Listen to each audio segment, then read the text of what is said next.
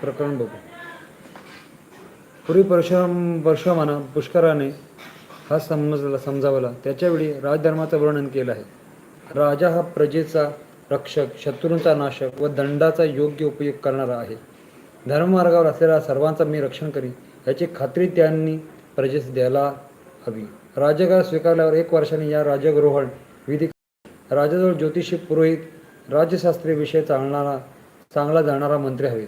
राजाच्या वेळी चांगल्या पवित्र शासनावर राजाने बसावे. त्या दिवशी राजाने उपवास धरावा. पुरोहिताने इंद्राची शांती करावी. राजाने मंत्रपाठपूर्वक अग्नीत हवन करावे. निरनिराळे वैदिक पाठ करावे व स्वस्थ यन शांत पाठ करावे.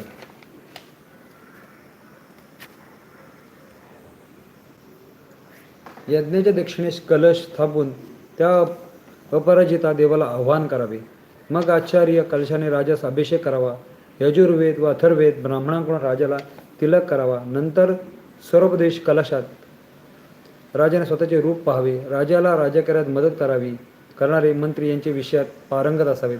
प्रहर हा राजाचा अंगरक्षक सतत शास्त्रसज्ज असावा. दरबार लेखक चतुर्लेखक असावा. धनादेश चांगला रत्नपारखी असावा. राज्यवैभव, राज्याभिषेक